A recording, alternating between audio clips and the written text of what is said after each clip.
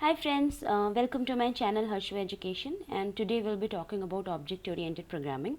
So what is an object-oriented programming? Object-oriented programming means we'll be sending instructions to our computer using objects. So with any programming language, what we were doing is we were communicating with our computers using those programming language. So before object-oriented programming, we had procedural oriented programming. So with procedural oriented programming, we were more focused on functions. So we were passing instructions to our computers using functions. So everything, so to write a huge program, we had to write big functions, and we were passing data using parameters of those functions. So that was not very safe because we were passing data here and there between multiple functions, and our programs used to be very huge. So that was the problem. We had to go for object oriented programming. With object oriented programming, we are now sending data using objects. So what is an object? Object is nothing but real life things. So anything like you, me, or anything around us like table, food, anything you see around you is nothing but an object. So we try to use those things in our programming language as objects and then send instructions using those objects. So with object-oriented programming, our data was safe. There are multiple ways to keep our data safe with object-oriented programming, which we will discuss. And then our code was more modularized. We were not writing huge programs. We modularized our code. We were now with object-oriented programming, we can write small code, and like we divide our code in in modules, and then we communicate between these modules, so which is much easier to understand, and is much easier to maintain as well. And then we have code reusability, so we won't be writing same code again and again. We will reuse the single piece of code, and there will not be any redundancy. So same code won't be written different places. So it's same thing, like we will be reusing the code. We won't be having code redundancy in our code. And then we'll be writing debuggable code. So object oriented programming, the main thing is we focused on data. So what is data? Data was nothing but an object. And what is object? Object is nothing but real life thing. So more on object. So objects will have attributes and functions. So let's say a person is an object, then that object will have attributes like name, address, age, and then functions will be calculate age, update address. These would be functions. Like for a car object, will have mileage, speed, model, and then functions will be start and stop. And then for house object, it will be like area, number of doors, and number of balconies will be attributes, and then functions will be we are purchasing or selling a house. So as I said, object is nothing but anything which you see in your real life is an object. And these are some attributes and functions which will be for an object, for any object, right? One more definition for object that we have like read in many books, that is instance of a class. So object is an instance of a class. So why do we say that? We'll see that. So first of all, we should understand what is a class. So class is nothing but specification or blueprint of an object, right? So let's take an example for an house. So house is an object, right? So it's your house. So before you have the house, you need to build the house, right? So how do you build the house? You build the house using a blueprint, right? So that particular blueprint is nothing but a class. So the blueprint is a class, whereas the object, your house, my house, or anyone's house is an object, right? So over here, this is our class, and class will have a same area, number of doors, and number of balconies, and functions like purchase and sell. And then objects like my house or your house will own these attributes and functions, right? So one class can have multiple objects.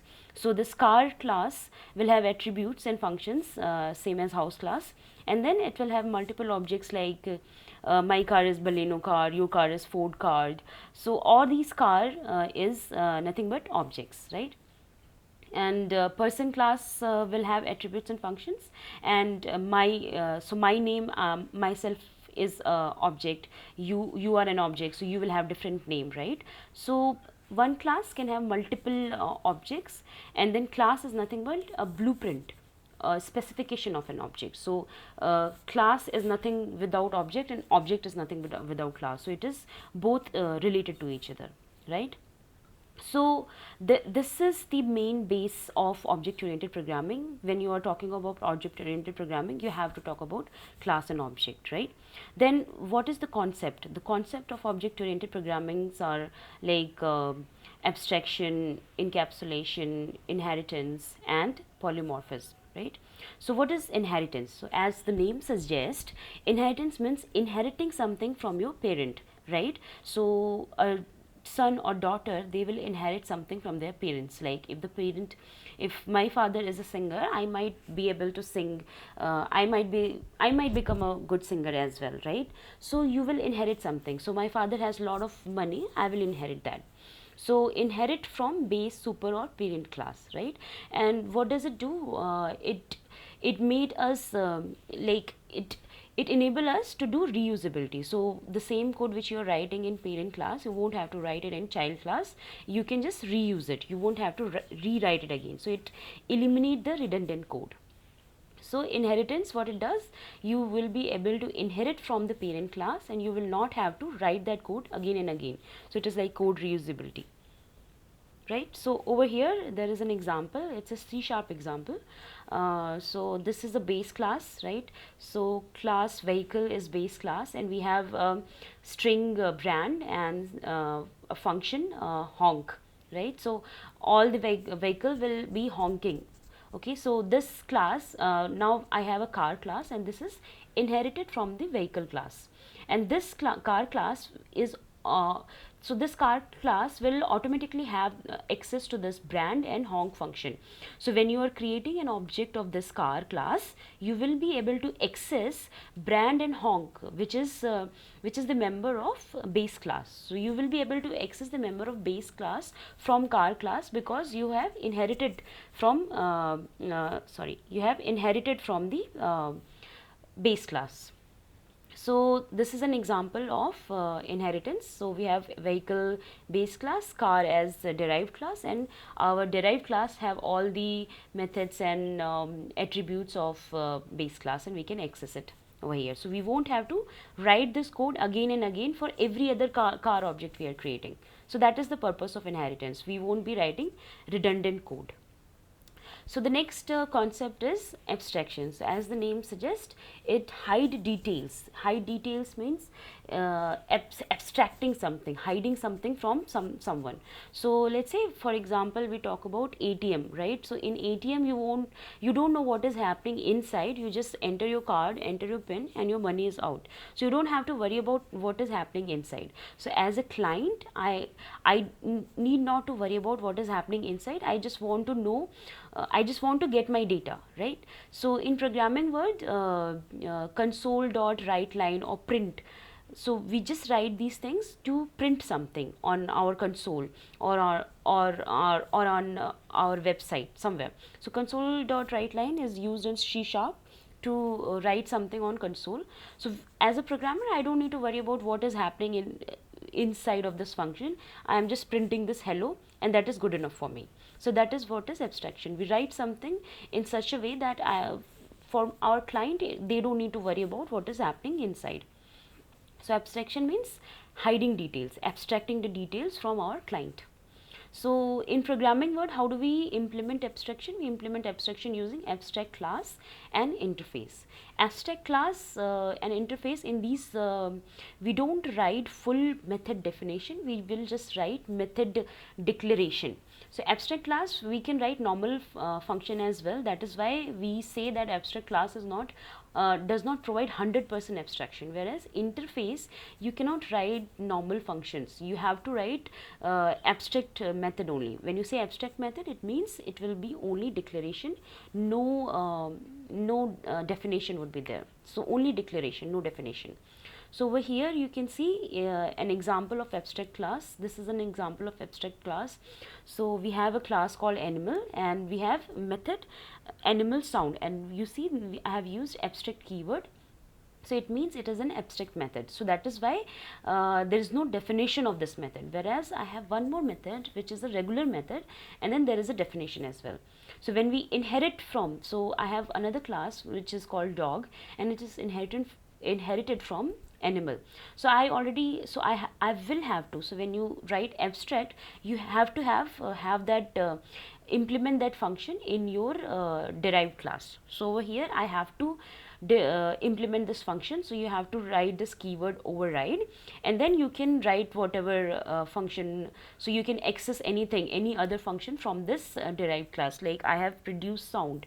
So this function is something which I want to hide from my client. That is why I have created this abstract class, and this animal sound will internally call this function, and this function will be hidden. So that is the main agenda over here for abstract class. So we will hide the class which is doing the main purpose, and we will just show the end result to our clients.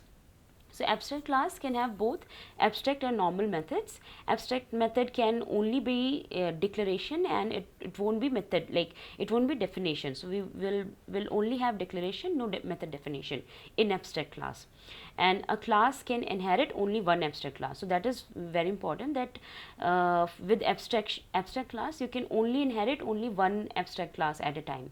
So that is why interface comes into picture. With interface you can implement multiple interfaces, right? So with interface you cannot write normal function, you have to write abstract function. So by default I don't even have to write abstract keyword over here. By default anything which you write over, any method you write in interface will be abstract. So when you implement this interface in your derived class, you have to implement all the functions which you have written in your interface. So you implement those function, and then you call the internal function of this class, so that definition of these functions will be hidden from our client, which is the main agenda of abstraction. So that is why interfaces provide 100% abstraction. So interface can only have abstract methods and properties.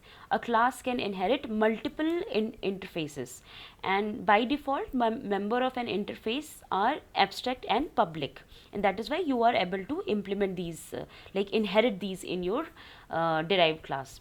And if class implement interface, it must override all the methods, and no need to write override keyword for that. So we are overriding all the methods. So if I had 4-5 methods in this interface, I had to implement all these methods in this class, which is the derived class for this interface.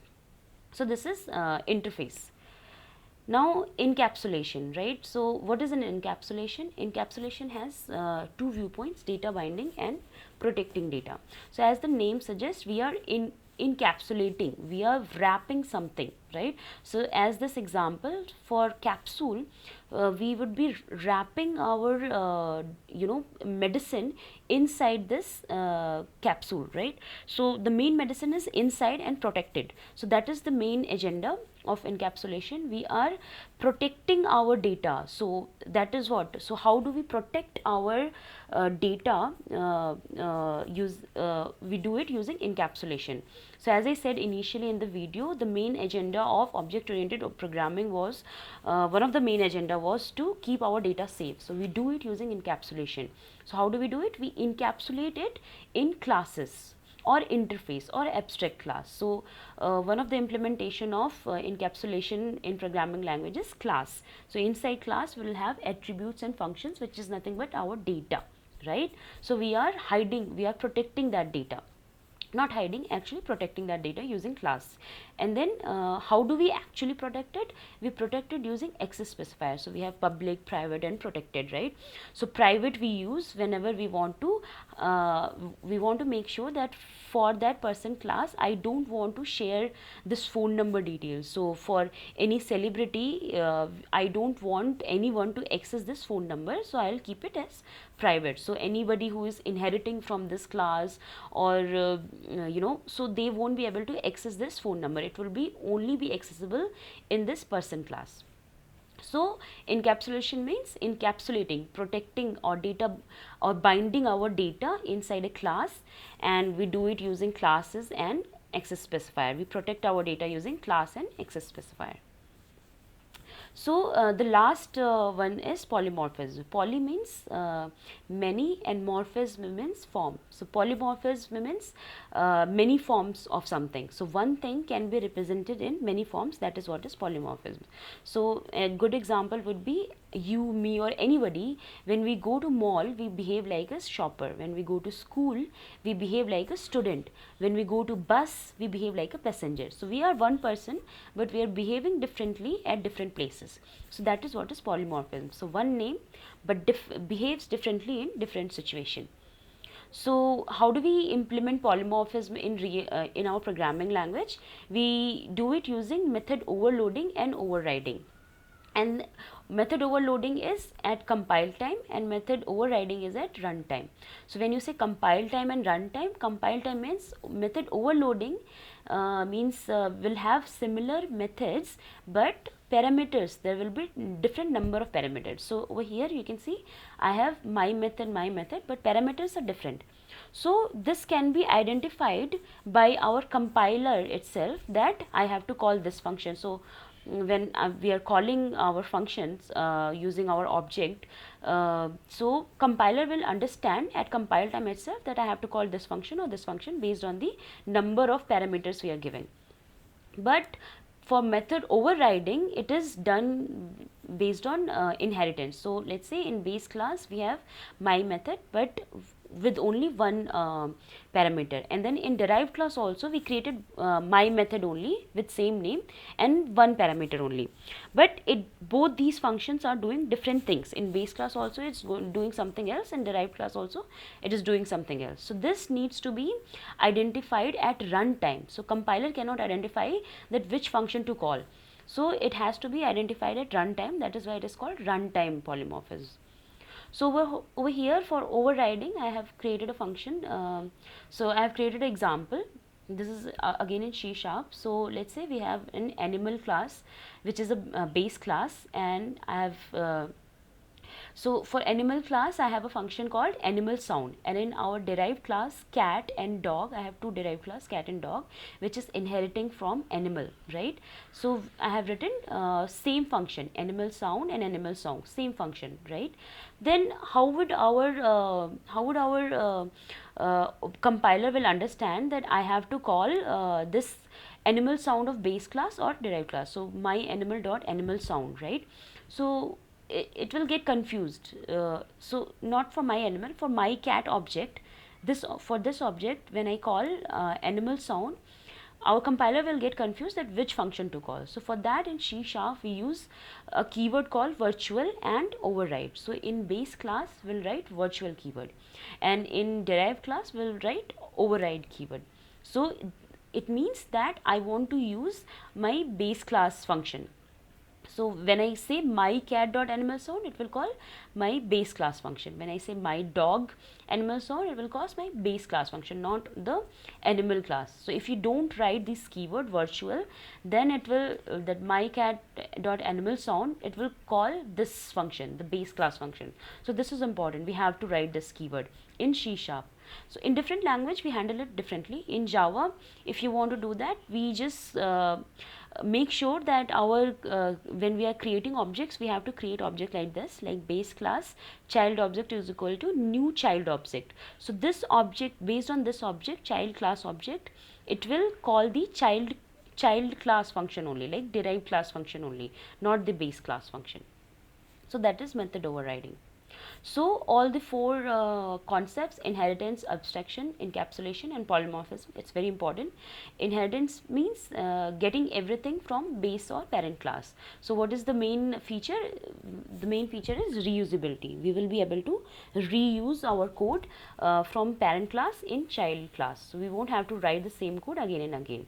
Abstraction means, as the name suggests, we will be abstracting some details, hiding some details, and we do it using abstract class and interface. Encapsulation, we wrap data and function into single unit, and so that it is protected, and we do it using classes and access specifier. Polymorphism means same name and different functions. So it in base class and child class also we can have same name of functions, and it will behave differently in different function. So that was all. That was all with object-oriented programming. If you like this video, please do like, share, and comment, and subscribe to our channel. Thank you so much for watching.